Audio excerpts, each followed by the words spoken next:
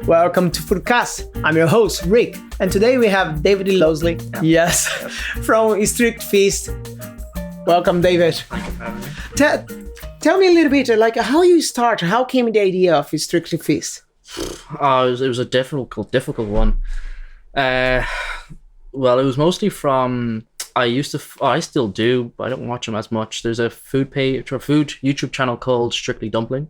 Oh, nice. And then I was thinking, okay, I couldn't use Strickly I didn't want to do dumpling aspect because I'm not into dumplings that much. But I was like, okay, what word can I use? Strictly something or such as this. And I, of course, looked at all the other pages that were around and what their pages' names were. And I'm like, okay. And I went through loads of different names of Strictly whatever. And then I was like, well, I normally when I do go out to eat, I do, because I used to have a big appetite, I would have like tons of plates. So it was kind of like a big feast. Yeah. That's how the name came about of Strickly Feast. But otherwise, from creating the page, it was maybe I had to have a look and see when was it that I created this page. It was about 3 years ago. And I think it was just after college, and all my friends would always ask me, because I was quite a big foodie. I'd go around eating at different places and such, and my friends would always ask me, like they'd ask me like, where should I go for this, or I'm going for a birthday dinner or whatever, give me a recommendation. So I'd always look up or give them like 3 of my top recommendations and such. And then from there, it just kind of was like, maybe I should have a page, so then I don't have to keep always text them. I can just give them my page and then they can go, oh, this is where Dave was before. Okay, we'll go there. But yeah, I just went from there then. And you're a photographer as for trade, yeah? Yes. And that helps a lot, right? To make the food look better. To an extent, yes. And how you take the pictures? You actually bring your camera with you, or is just like your phone? Now I do, yes. Before, for the first 2 years, I had it just on my phone. And I think it was a bit of in between of two things. Aspect of one was, I didn't have the confidence to go into a restaurant with loads of people around and me to take a big camera out to start photographing the food. But also it was just easier, and I wasn't really trying to become a big page. I was just doing it for fun. I was like, I'll do it on my phone. It's grand. It's no problem. And then I think last year, about a year ago, I decided actually, because I was starting to do a lot more food photography as my work. So I was like, well, if I go to restaurants to do it as well as my page, then I get more practice in photographing food. Yes. So then I started bringing my camera. Now I have 2 cameras. I have my normal one, which I use, and then I have a video camera, which is great for taking photos of food, which I have a Sony A7 III. So because it's nice and small and compact. So I can just stick it in my pocket, get to a restaurant, take it out, take a photo of food. No one's looking at me. It's all good. So, yeah. And then, of course... Don't cause too much attention. Exactly. Now, I don't mind it. And I have one of my girlfriend comes along with me every now and again, and she'll try and copy what I'm doing. And then, or I'll stand up and take the shot of like the above down angle. And she's like, oh God. And I'm just like, I'm sorry. I'll quickly do it and I'll sit down. But yeah. And that works a lot. And then you think your photography went more to the food part because of that, or was that another way around? A little bit of the way around. Let's think. If we go from the very start, picked for college, my friend, when I came to college of picking what course I wanted to do, of course you had business and business, IT, physiotherapist, all these type of different options I had. And then I was thinking to myself, do I really want to sit at a desk for the rest of my life? And I was like, no. Now, of course, joke's on me. My job now is probably 95% sitting, or maybe 90% sitting at the desk editing photos. But yeah, and then from there I did college. I did photography in college, or social media. Photography and social media. And then from there I got into doing photography. And the last thing I actually got into doing was food photography. Nice. Or one of my third ones. I first started doing fitness photography, or actually, in theory, my first ever was fashion photography. Oh, cool. Yeah, so when I finished college, I did that for a year, learned that there was not much money in it, or that I couldn't make much money in it anyway. And of course, then COVID hit, and I loved that. I loved the first 2 years of that. I could just relax and do nothing and just work out. It was great. And then, of course, third year, everything had to start again. So then I started getting out. And thankfully, at that point in my third year, I was like, I can't do what I was doing for the past year, or year when I was doing the fashion. I was like, I can't keep doing this. I'm not earning enough. So I was like, I'll have to go and get a normal job. And then my friend, who was he was a personal trainer, but he wanted to become a fitness influencer. He hit me up and said, hey, can you come and do videos and photos for me? And I said, yeah, of course. So I started doing that for a few years, did that for probably a year and a half. And then his friends, met all his personal trainer friends, got into the industry a bit more. And so I do that. That's one of my niches I do. And then from there, I got into doing a bit of wedding photography. So my friends hit me up and said, hey, I need my sister's getting married in 2 weeks. Can you come over? And I'm like, I've never done this. And if you want to trust me doing it, then sure. But, Yeah. But yeah, best experience I've ever enjoyed my first wedding.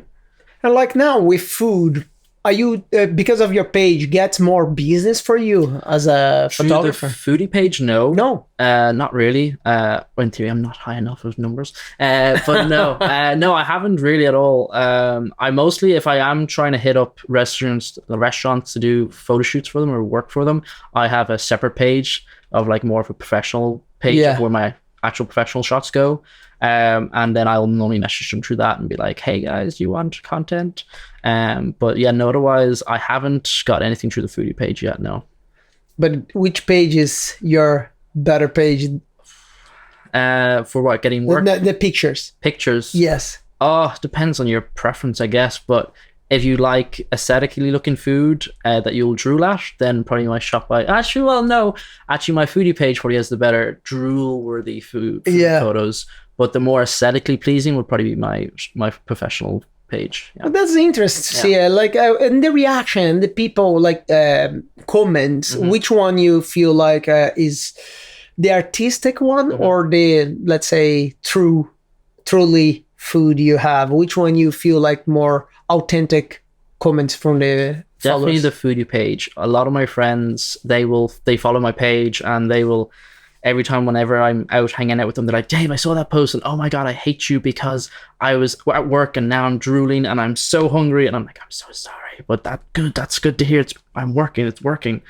But and like as well, you don't just take the pictures, you do your reviews there, right? And what's your criterias for review a restaurant? Or a few things, food. I guess. Not in any particular order, I would say, is like the service. If the service is quick or slow, if the staff are nice, or if they just drop your plate and then they leave you. Then also if the restaurant's clean, or if it's like with how the seating is set up, if it's too close and you're, all squashed up amongst other tables, or if it's too wide and that you can still hear the other person from the other way down the road listening on their conversation. Then also the food, of course, and does it taste good? Or in my aspect, does it look good? Sometimes it does, sometimes it doesn't. I always then debate to myself, will I post this photo or will I just... Sometimes then I might just put a story up and be like, okay, it doesn't look great, I'll just put a story up, it's grand. But yeah, otherwise, anything else? Maybe overall atmosphere. And yeah, just the experience of coming away and going, will I recommend that to a friend or would I not? Have you been in any restaurant that actually you look and said, oh no, that I will not post that because the food is not tasting good, the ambient is not good, everything's not right. You post anything like that, or you just post actually what you enjoyed?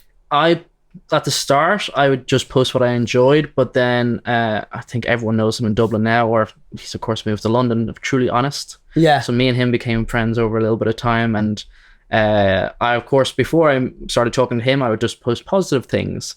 And then over time, after talking to him, I had one review I had done and I didn't like it. And I had talked to him, I put up the post and I had said all positive things and I had just said one negative thing to him about it. And he said, David, no. You said that one negative, you have to put it in. I'm like, okay, fine, I will.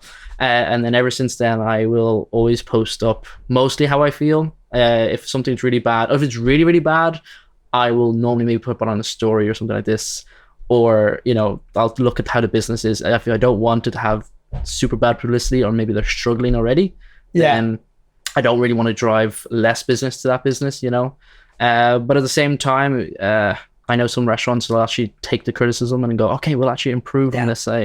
So it's weighing scales in a sense. I try to be sarcastic. That's my way. In the Yes. kitchen, I was always sarcastic. So let's say you left somebody in something in the blast sealer and it's freezing. I would just say, who left the, let's say, the pasta in the blast sealer is letting go. Or if burns, I look aside, or you cremate the food, yeah? Yeah. So I'm trying, when I do my reviews, I try to be a little bit sarcastic the way I say. Something I noticed from the last season for this season when I do the restaurant reviews, I create different scales for instead of notes like 1, 5, 10. That's very flexible. Yes. I start to go like hell's yes, yummy, hits the spot if you're hungry and if you're starving. So like it's still like when you post, there are a few places I didn't want to. Okay, when I choose to go somewhere, I know where I'm getting it. Yeah. You know, you can see in the moment you walk in a place, and I will not go somewhere is not good. Probably if you're traveling, I would say it would be easier to have that misjudgment. So far, I didn't get anything bad below us hit the spot. But sometimes I see when I repost, I always tag the business. And they think twice before they post because I put some... Slowly I poke them in the way I write. When you post anything you do you do anything like that subtle and tag the business, or you just leave aside? I will normally, well, of course, there's many ways on how people post. Sometimes I will, if it's not a super positive review, I will sometimes maybe not, like, a lot of the titles I might put up, I might leave the restaurant in the title being like, amazing wings at blah. And then, you know, have a little bit of the review underneath, and then the rest of the review under that. If the review isn't amazing of the place, then I won't normally put the tag of them, and I might just tag the photos, and that's it, really. That's clever. Yeah. Yeah. Otherwise, if it's like above average review, I'll maybe still tag them, but then I'll put the bad part of the review at the very bottom, so that when people read it, that they go, okay, now there's the bad part.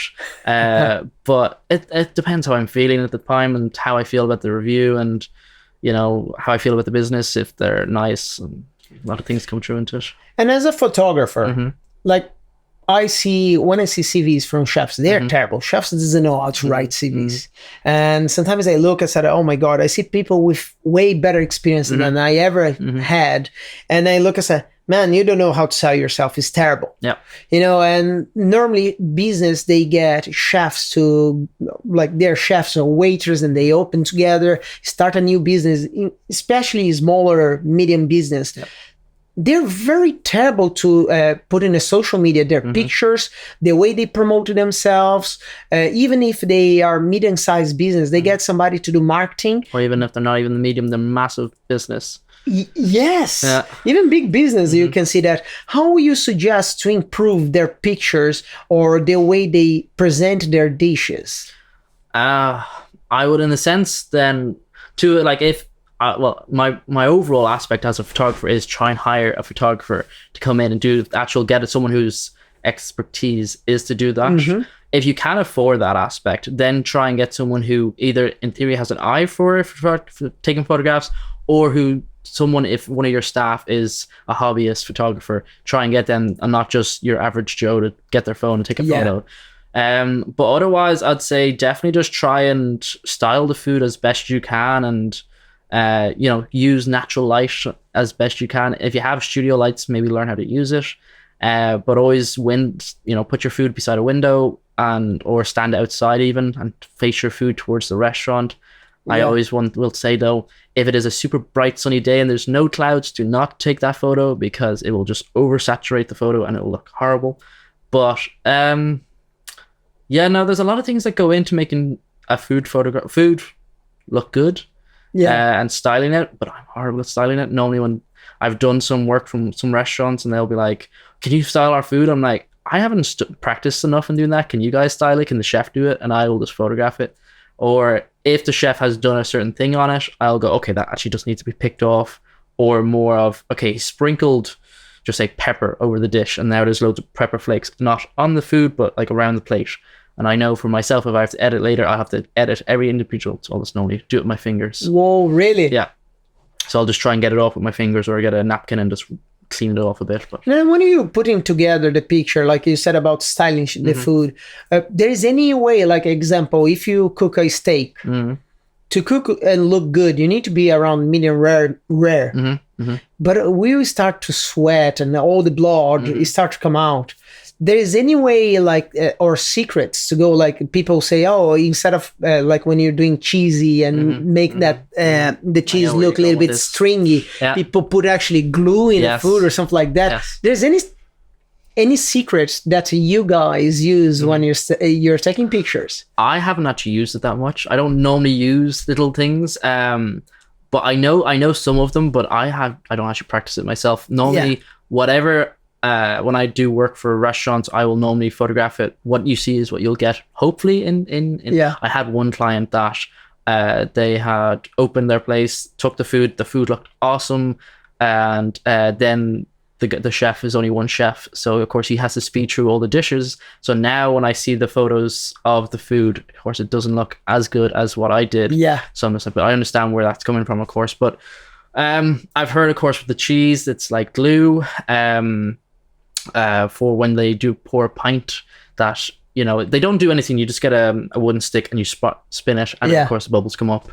If it looks a bit dry, then you can always get a spray bottle and spray some water on it or such. A lot of the burgers, in theory, some of them won't have a backside to it. It'll only be the front side. Yeah, so they get open like that, like a mouth. Yes. Otherwise, I don't know enough about it. I normally just photograph it how I see it, in a sense, and hope for the best. But I always have like a little catchphrase to the chefs whenever they're like, oh, well, like at the end, okay, the pros, of course, of photographing food is you get to eat it at the end, unless the chef hasn't cooked it through, which I've only had two incidents, can never say that word. Incidences. Of where they'll half cook the food, because of course it saves time and such. But otherwise, I will always, if I get the chance to eat the food, it'll be always cold, because I'll only spend an hour, 2 hours shooting the food. And then I always go, well, if the food tastes good when it's cold, it must taste amazing when it's hot. And they're like, really? I'm like, yeah, like, it's normally tastes really good anyway. So, like, when I used to do the photo shoots, 90% of the food I made was uneatable. Like the burger. If you cook the burger all the way through, we just go soggy. It's like McDonald's. You go to McDonald's, you think the Big Mac you see in the picture exactly where you get. No. Like loads of toothpick inside, just to make sure that nothing's squashing and the lettuce actually can float around and look fluffy. And as you said, like about the things you put for the cheese, I never put glue in the food. But I like the cheese will dry up and create skin. So I change. Normally, instead of cheese, I would just make like corn flour and water, very thick, and it would be cold, not hot. So when you put there, it will keep glossy and nice. There are a few tricks you can do, like as you said, is spraying the food makes such a difference. And lift up, but there are a few dishes you can't help much. No, I normally try and photograph the food. Well, normally when I do restaurant food, shoot it, I will normally try and photograph it within the first hour, maybe the first 30 minutes as quick. But normally I will, if I'm photographing a dish, I will normally say to the kitchen, like, hold the rest, don't. Because a lot of them, they'll just want to try and give you everything and go, okay, it's all done, here you go. Or if they're busy, if they're open and they're busy and they're trying to get it out, I'll just normally say like, hey, just give me one dish, let me photograph that, and then you can bring the next thing. Because otherwise it'll just be sitting there, it'll go cold, and then it doesn't look as good. It just look bad. What's the worst kind of food to take a picture? Don't say soup. Maybe dessert, because it melts, of course. I'd say maybe dessert. So far I've had dessert is probably my problem. The ice cream. Ice cream will melt. Otherwise, maybe burgers sometimes, because of course the cheese hardens and then it doesn't look as fresh. Otherwise the rest I think is pretty salvageable. I think the worst for me is pasta and risotto, because they go flat. I haven't photographed enough pasta, I guess. Like if you get a chef who doesn't know how to make that nice nest to put in a plate, just go like boom. And I remember once we did a photo shoot, got like 2 days of photo shooting. I swear to God, was like literally don't stop cooking and just moving around and moving out. Other thing I think is very difficult to do is smoothies. because you put or like juices because they split. Yes. Of course, yeah. Oh, it's a nightmare. But like for amateur or like normal Joe like me or other people, like what kind of equipment you should have or you recommend to be using? Like, as you said, I go to a restaurant, I bring my camera. I don't know the numbers behind. It's a Sony, yeah. Yeah, like which equipment you recommend to start or to have? I'd say whatever you have in hand, really. You know, when you're starting off with. If you have, well, to an extent, you know, if you have a Nokia, the old brick phones, and maybe not so much. But if you have, you know, most people have somewhat of a modern phone, and you know, they'll get the job done to an extent. Maybe the video might not be the best, but the photos can always be good. And you know, if you can save up for something, of course, a lot of people nowadays, when they get into being a hobby photographer, they will get like a €200-300 camera, and they get the job done. Like I had that when I was in college, but I always say maybe in between like an amateur camera to a semi-professional, maybe like a €700-800 camera is always like a good, like it actually produces very good quality photos, but it's not up there, but it's still very close to it. But otherwise, yeah, I'd say mostly it's, as a lot of people say, it's not the equipment you have, it's the experience you have. So definitely a lot of practice. And then once you're good at photographing food, or to an extent you are, then maybe upgrade your gear. But a lot of my stuff is I'll practice a lot, and then I will, if I can, I'll save up and then get a certain lens from a camera. But at the same time, you know, I spent not a huge amount of my body in my camera. I spend mostly all on the lenses, because the lenses is the secret, right? Yeah. And like when I start to play with photography, about like 20 years ago, I was a Sony T1000. Was the closest that you could digital that you could play around with, like open the lenses more, to capture the luminosity, whatever, all the science behind. Before I got a Nikon, because I used to use more take photography when I'm outdoor, and I had a friend, he used to do photography for Formula One. Ah, nice. And he came to me and said, oh no, if it's indoor, go to Canon. If it's outdoor, get Nikon and this kind of lenses. And that's what I went through. And like nowadays, the camera, I swear to God, is just like so big. I use my phone for everything. You know, like nowadays, the phone is just so easy to use. And with the filters, you can use all the possible shebang. There's angles to get the light. How you recommend, like the light should come from the front, from the back, from the side? How is the best angle? I'd say it depends on what type of food it is. Like if it, just say it's pancake, probably in theory you want to try and get the levels, but also you want to try and shoot from above down. So in a sense, if you have, well, as I said before, if you have natural light, try and use natural light. My favorite friend is natural light. And then otherwise, if you have lights or restaurant lights, they're always so bad. Or they'll make the photo look really orange, and then you have to tint it all the way back to blue. Yes. So, you know, a bit more natural. But otherwise, I'd say either have it facing towards you, but of course then you're on the opposite side and don't be in front of your light source, or to either side of but never from.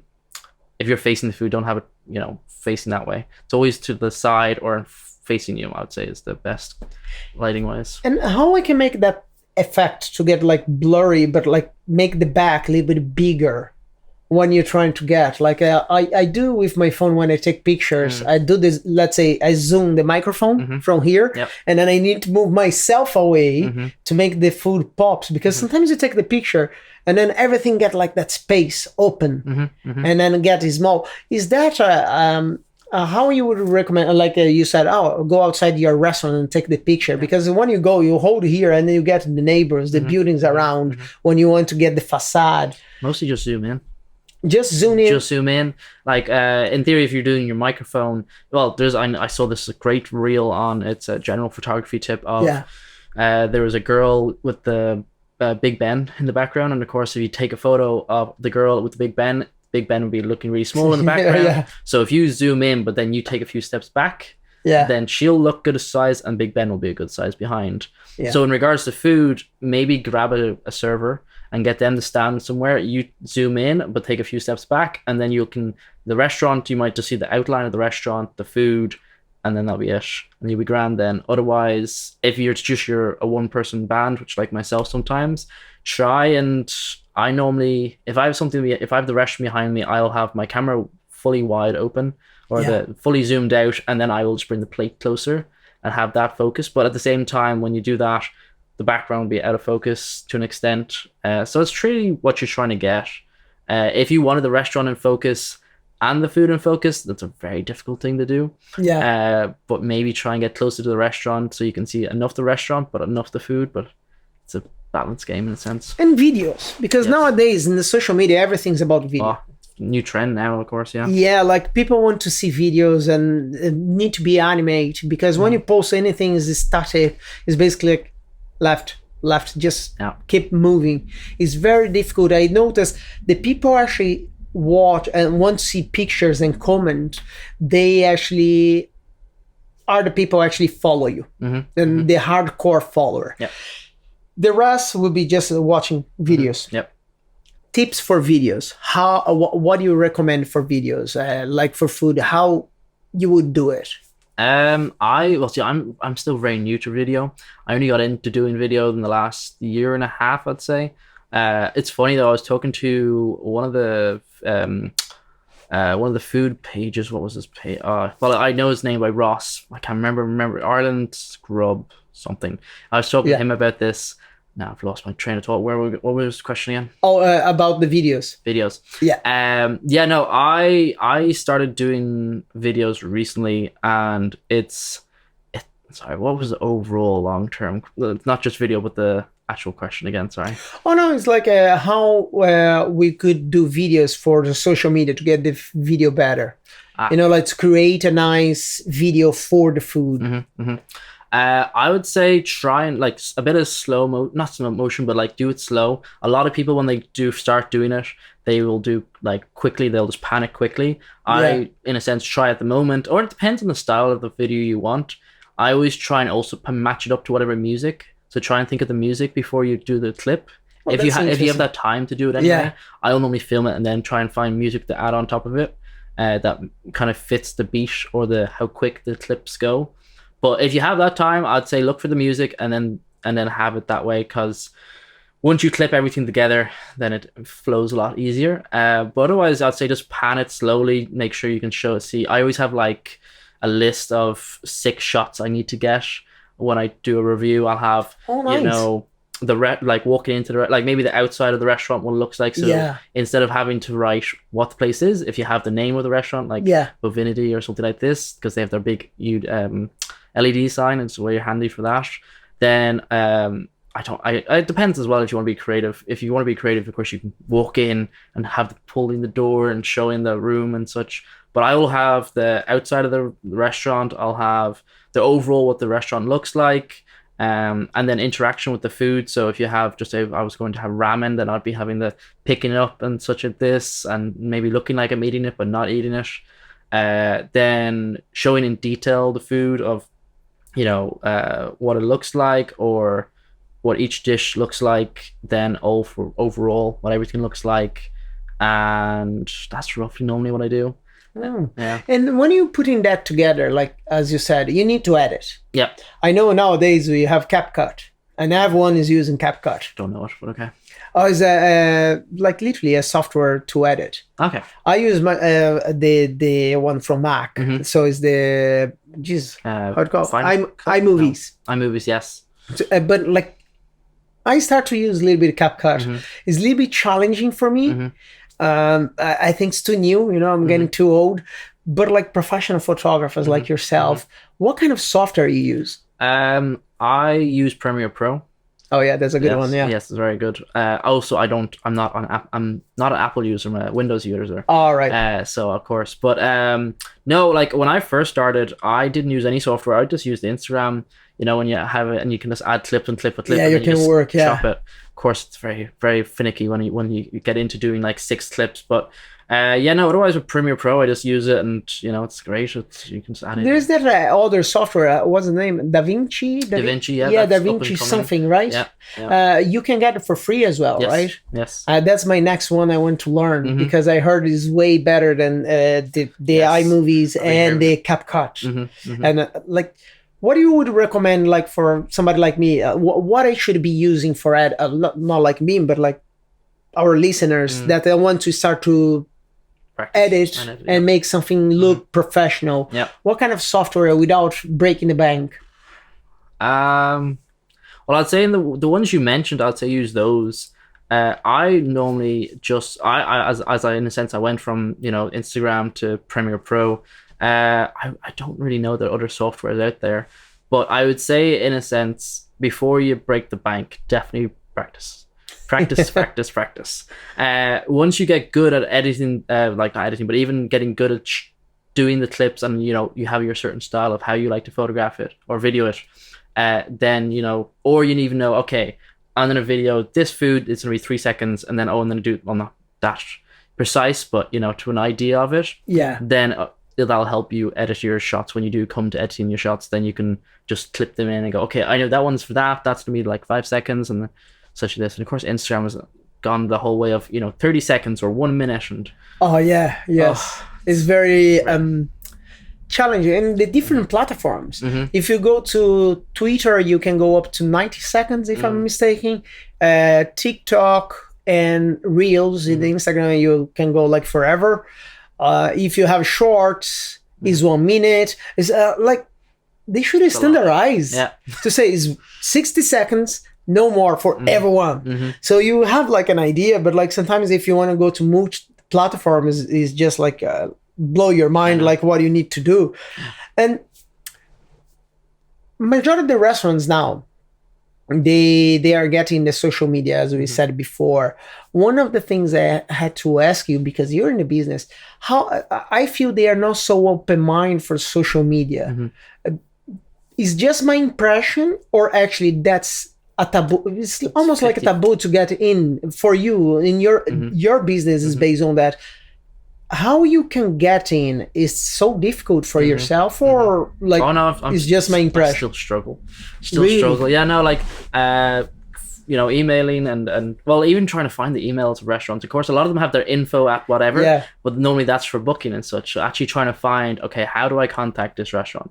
A lot of it I normally do when I contact restaurants is I'll just message them through Instagram. Otherwise I had the idea of maybe I'll just do the old very fashion of actually going to the restaurant cold calling. I've actually going up and saying, hey, do you guys need this? Haven't got around to doing that yet. Maybe still in the future though, doing that. But I think it's just probably getting networking and just trying to find, maybe talking to foodie influencers if they know anyone, because a lot of the foodie influencers I talk to, a lot of them know the chefs. And of course, and yourself as well. You'd be a very, very well person to talk to about this. But yeah, if you can get a recommendation from someone going, oh, I know the chef, and then the chef can talk to the owner and such like that, then it's always handy. But then a lot of the restaurants, some of them, they have their not in person, they have their, what's the word for it?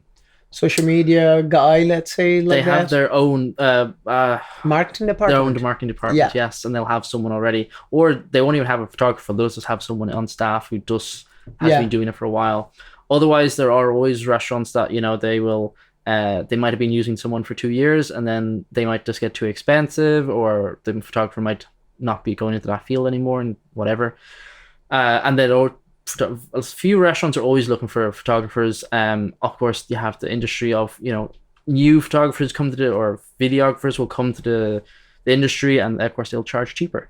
And then of course the restaurant go, oh well, you're charging this, and this new guy, he might not be as experienced, he might not take as good photos, but they're still usable. We might just take him then, which of course is always the challenge, the competition to go with the industry. But otherwise, I'd say a lot of restaurants are open to it. I'd say I haven't dealt with it in a sense yet, but maybe the bigger restaurants, the more well-known ones, I don't know in that aspect of what they're like. But I've done Pickle Suni, I think his name is Suni. He was totally open to it. Now, of course, he was standing over my shoulder every shot I did, but he's very open to it, and he was, very willing to get shots done. I think it's very difficult to get like a sponsorship. Example, like there's a guy in US, probably you saw him. He's a photographer. He literally walked with a body cam and say, "Look, that's what I do. I would do for free." Yep. Nowadays, people just go after him and say, "I want you to come to my restaurant to do the video," because he has such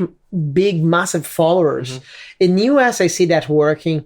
I see in Brazil that works as well. But here in Europe and Ireland, I feel like there's no room for that. Do you think that just something is start to change? I'd say a little bit, yes. Like I saw Loving Dublin put exactly that same idea up recently.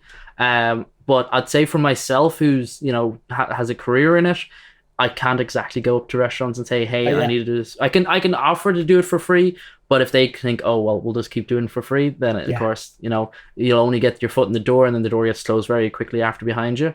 But it's hard. It's also then always figuring out your prices if they're right and such as this. But it's definitely one way of thinking of trying to get in the door, maybe getting your name out there and such as this. Do you think the business, they do not notice yet the power of the social media? Some of them, yes. Some of them do, yes. Some of them totally go, "Oh yes, I know." I've worked I did some work for some clients, and their business went 100% more. They got a lot more clients in because they had amazing looking food. And then some others, they've been doing it forever, and of course people are used to how their food looks. But then at the same time, I worked with one of the restaurants. They had a guy who was photographing their food for 5 years, and then I came in, and then they used some of my photos. They got a new guy in, and because of the different style of photos, people were like, "Oh wow, they're changing it up." Oh yeah, like but the same restaurants, they don't do anything at all. They'll just have their photos they took 10 years ago. They'll still be there, and they won't touch it. But at the same time, a lot of these restaurants will be word of mouth. Like, in a sense, if I was to name drop one place, Massa, they haven't touched their photos in a long time. They put on stories and such, but they haven't touched anything with their photos. Wow. But they're very well known, and everyone knows like Massa has very good tacos. Yes. So they don't, in theory, need to maybe put any work into it. But to foodies and to my photographers, we're like, I would love to see new stuff coming out of them and them getting even more business than what they are now. But in my opinion, it's because the majority of the business, they don't think about like you save money to pay your bills. You get a part of that money to save for a rainy day. Like silly example, but McDonald's, they have a budget of 11%, whatever you make there. If I could say, probably I'm saying the wrong number, but it's a good chunk goes for marketing. And every single week, every single month, they change something, make something cool. And one of the things I do for myself, like I love art, and like when I do the videos, etc., I try to get my daughter she's very artistic, and I say, "Look, do you want to learn something without going to a college and without doing anything and get for free and understand what the marketing nowadays are doing in the trend for picture for food?" And she said, "How?" I said, "Come with me." I brought her to McDonald's. And she said, "What are you doing here?" I said, "Look at that screen in the back there. Look how they are taking pictures of the food." Because she's seeing me doing the reviews and she want to take pictures. She want to be involved. And I said, "Okay, start with that." And then some tricks with the camera, with the phone. She just got a phone recently. So just those small things. And sometimes people don't think about that. And you say, "Oh, I need to go to a college. I need to do a course or whatever." No, just see what those guys are getting the big money to be their photographers, their marketing, whatever, is in your face, and you do not look. There's anywhere you get your inspire or see something new techniques that you use I follow quite a few foodie photographers, like not even art, like there's a few Irish photographers, but I follow all around the world. There's a lot of different foodie photographers, or even I'll follow some like restaurants. Some of them they'll whoever photographer they have, they will be posting amazing photos, or in a sense, even if I do. Before I go and do a shoot for a restaurant, I will always look up for inspiration. I always have it on mind. Okay, I'm going to shoot whatever I'm going to shoot for that an hour, 2 hours.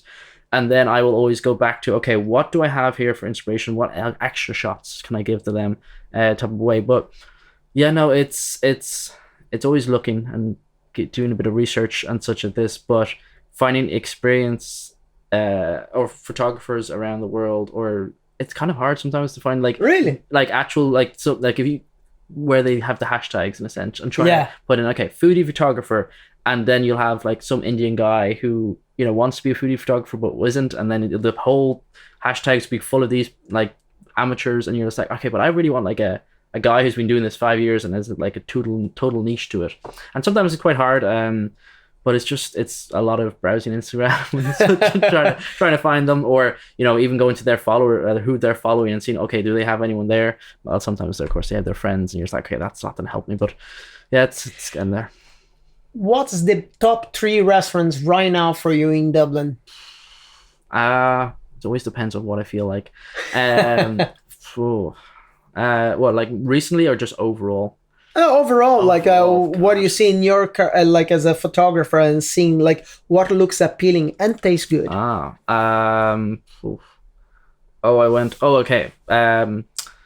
I had their burger recently and I fell in love with it. And I had a different burger of theirs and I even fell more in love with it. So we know about Dash Burger. Dash Burger. Yeah. Yes, I never have been there. I didn't been there yet. Sorry. Their food is amazing. I loved. I had their burger when they first opened years and years ago, and I told it was nice, but it wasn't out there for me. And I had their burger recently, and I was like, oh my god, I died. And I had their Chipotle burger recently, and I love anything spicy. Yeah. And I had that, and I was like, I don't normally when any restaurant puts out Chipotle, and I was like, that's not to me. It's just me taste of Chipotle, with nothing in it. They hit it I was almost nose was dribbling, eyes were watering. I was like, okay, this is a good burger. But apart from Dash, let's think. We have our pizza, our burgers. For pizza, I would say I love Sano or Sano or Sano, however you pronounce it. Yeah. They're always good. The food always looks great. And they're I think one of the cheapest pizzas in theory, in good pizzas you can get in Dublin, which is always handy. Of course, pie always very competitive. Yeah. Their photos look good and bad every now and again. Did you went to the Clock Chicken before? Not yet, no. Oh, you should go. You should go. I went there to do a review a couple of days ago. Mm-hmm. Or no, weeks ago. Mm-hmm. And wow, blew my mind. I got the hot sauce one with French sauce, and I'm allergic to chilies. I can't eat it. I will not breathe. Mm-hmm. So the only thing to cut chili is not milk, is not water, is oil, because oil will absorb the chilies and then make literally go through, and then I would not my throat will not swallow. Mm-hmm. So I said, you know what? I would try maximum. I just have 2-3 bites. I can review, and that's fine. Yeah. But when they explain me how they cook, it's basically deep fried chicken. Mm-hmm. I said, there's a lot of fat goes in it. Mm-hmm. So in the moment that they pour the hot sauce, it'll be fine. Oh, the balance, the vinegar, everything, the gherkins they put in the burger. Wow. Mm-hmm. Start salivate now. You said it's very good. You should try that one. Wow. And what do you think is the next trend now for coming for food or photography? Now is pictures, actually videos. Mm-hmm. There is anything new you think is coming up? Maybe shorter reels in theory, I guess. They might try and go even shorter. They might go 10 seconds.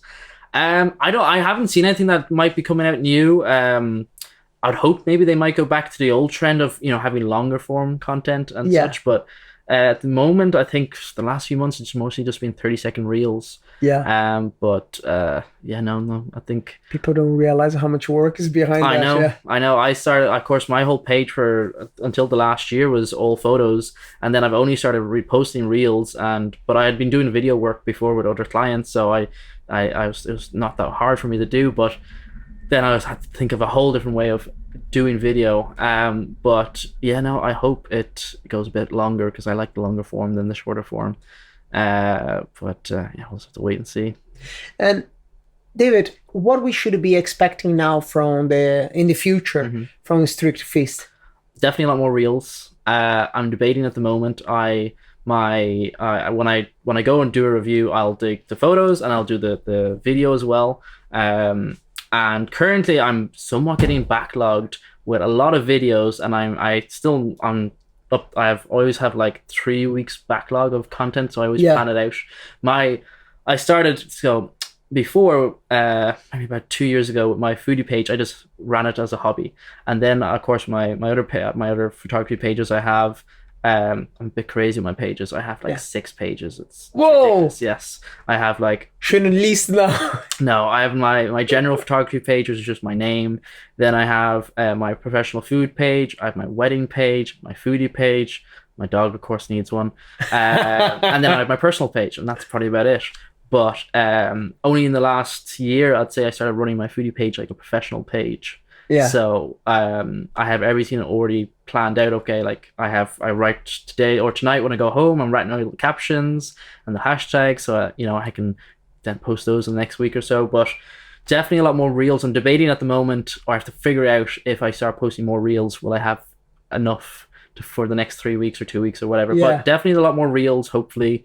And try and go more main trend, but definitely the style developing more over time and being able to get better at it. I have a project in mind that I'm going to do that one of the pages gave me a good inspiration of, but I'm going to try and have a bit more of a professional look to it, and not just which is going around all the different parts of Dublin and like Dún Laoghaire, and then doing the top restaurants, but then not just doing the food, but showing off the location and such as this. So I'm having that in the works in the next few months, hopefully. Otherwise, I would love to do some meetups with I've been talking to some of the foodie guys or some of the foodie pages I'm friends with, and hopefully have some collabs with them and meet up with them. So hopefully those and anything else. Not really, just keep going the way I'm going. A lot going on. Yes. A lot going on. But yeah, no, otherwise my anyone I ever meet, or they'll be like, what's your next place you're going to? I'm like, I don't know. I have a list on my phone, and there's probably about 156 restaurants on it. Wow. And I slowly get through it, but then of course there are 3 restaurants open next week, and I'm like, okay, those go on my list now. So it's just slowly getting through the list. But then it's also going to places I've been to before, and reshooting them again, and making them look good and not just what I had before. So that's great. Yeah. David, was great to have you in. Thank you. And a big thank you for our sponsor today. Today's sponsor is Foodkast. Do you want to promote your brand or product in an effective way, direct to our public? Check our website, social media, and all products and services we provide. Contact us for more information. This is Foodkast, where you promote your brand and more. David, how people can reach out to you? What's the best way to contact you? They can contact me through my page on Strickly Feast. If they're more looking for professional work, I'd say they can hit my Instagram, Shot by Lowsley. Otherwise, they can email me or call me. But all my links and all that is on my main photography page, which is my name, which is David Lowsley. And that's how they can probably reach me the best way. Yeah. Okay, everyone, all the details here on somewhere in the bio as well. Bio. Whatever they call it nowadays, bio, everything's there. And thank you for watching or listen to Foodkast. And don't forget to smash that like, follow, and share button. This is Foodkast, where you listen or watch your podcast and more. Cool. Thanks. That's great. Thank you.